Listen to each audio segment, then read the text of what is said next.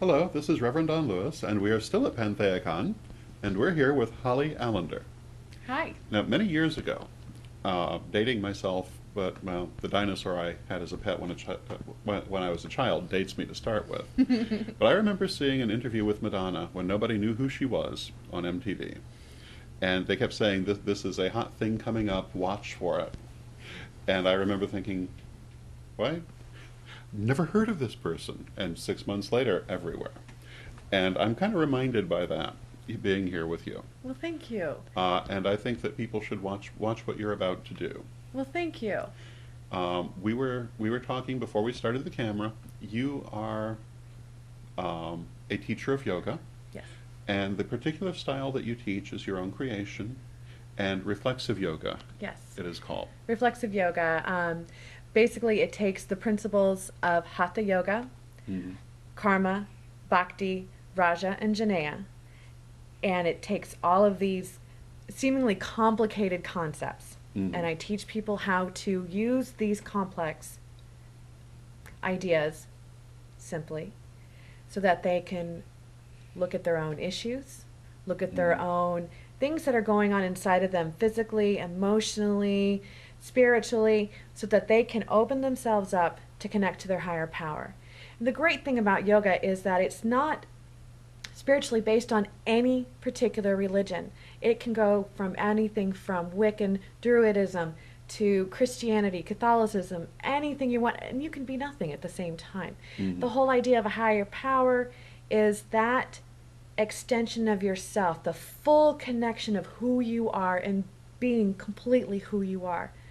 And a lot of the movements that we start with in the hatha part of it, the actual physical part of it, helps you begin to reflect while you're in a pose and ask yourself some questions. And I help feed those questions to you in the forthcoming book called Holly's Reflexive Yoga.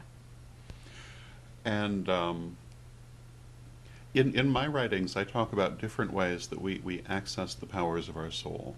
Mm-hmm. I don't talk much about the physical ways, but yoga deals with that rather extensively, I believe. Very much so. It's a foundation, it's a fundamental belief that in order to get to the higher, to get to the mind, you need to control the body first, Mhm. control the breath, control how, sitting in long periods of sitting still for long periods of time, even in rituals, just the physical movements and even just the Mhm. physical undertaking of it kind of need to get your body into some sort of shape to handle it. Mhm. Once the physical is good to go in whatever form, then the mind will follow, so to speak. So says Shivananda, a very famous Swami from India, and he teaches that first, let's just start with one thing. Let's not get too complicated. Let's not run from I can do this pose, now I should run and be enlightened. Let's first start with getting the body taken care of. Then we'll move into the next phase, which is working on our actions and how we react, karma.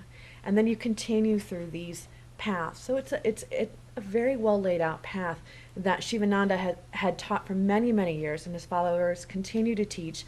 And I'm kind of taking what they've taught and bringing it more into the Western world, making it more applicable to everyone.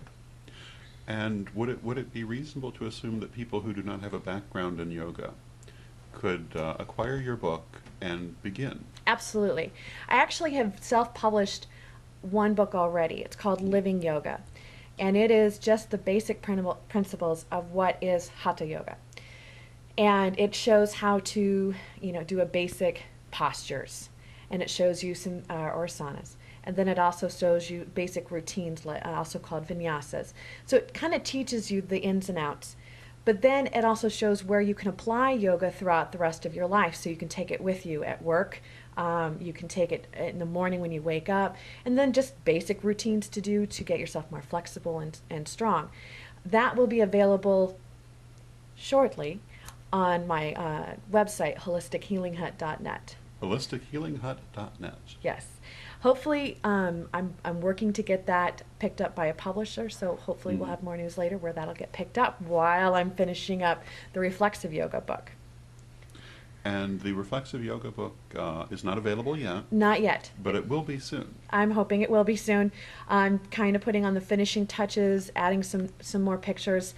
The one thing that people have enjoyed about the first book, because I did bring it to PantheaCon a few years ago, they liked the pictures because they're of a normal person. Ah, that's They're so of me. important. They're of me. They're not of some skinny little itty bitty, although I love skinny itty bitty little people. Of course. But it's a real person doing these poses. Now, I'm not 100% perfect in every pose, but you don't have to be. That's so very important, because sometimes people feel I can't get there from here. Exactly. Or this is only for people who are physically some sort of ideal. Absolutely. And this is not. Well, let me tell you, when I first started really practicing yoga almost 10 years ago, I weighed 300 pounds. And just even doing a forward bend was challenging, and I really wanted to give up. But if it wasn't for my teacher at that time, and if it wasn't for my mother, who also introduced me to yoga, I would have stopped. I would have given up.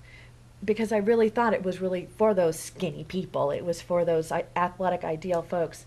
But just keep going with it. Finding the teacher, finding the books that just keep telling you a little bit at a time. Don't try to become a guru overnight. Those are for the very magical folks. Yes. Well, it sounds to me like if someone is wanting to develop their spirituality through yoga and develop their body through yoga, improve their health through yoga, that this is an excellent book for them to be looking at. Yes, Living Yoga and Reflexive Yoga will help you do both. Looking through that, the website as well will be developed to give people more keys, more ideas of how to connect everything together and not feel so overwhelmed by yoga, because it's a lot. It's a lot to pick up. I think it's very important when the teacher realizes that. Oh, very much so, because I'm still learning. I'm still trying to understand a lot of this.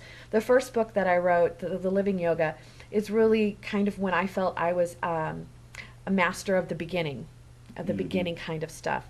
And now I'm moving into more of writing kind of a little bit more involved book. Reflexive Yoga really goes to the next level of working with your consciousness, your spirituality. And so that's kind of my culmination of mastering some of the more intermediate stuff. So I see as I grow, I pass on that knowledge to others so that they can grow with me. That's wonderful. Now, we're here at PantheaCon. And have you been to PantheaCon before? So my 5th year, I think.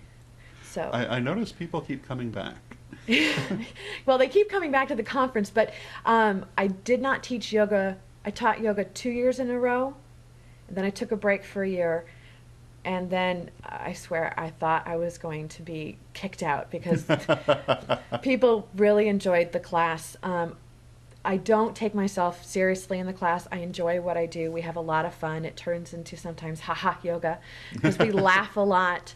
I'll point out when the teacher, I'm not doing the pose exactly right, but here's the idea to go with it. Do what you can. And sometimes I'll point out a student who's got deeper. Sometimes I'll point out a student who's doing it just at X level.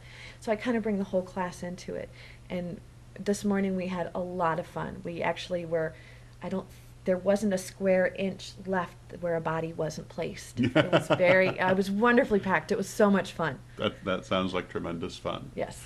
Well, thank you very much. Well, thank you. And it's Holistic Healing Hut. Yes, holistichealinghut.net. Excellent. Thank you very much. Thank you. Well, I hope that you enjoyed this week's episode and that you'll join us again next week when we'll bring you more interviews from PantheaCon. Thank you, and may you blessed be.